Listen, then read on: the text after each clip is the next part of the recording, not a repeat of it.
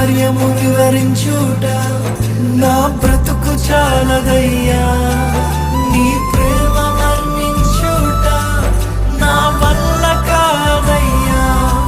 నీ కార్యము వివరించుట నా బ్రతుకు చాలదయ్యా. తండ్రి దేవా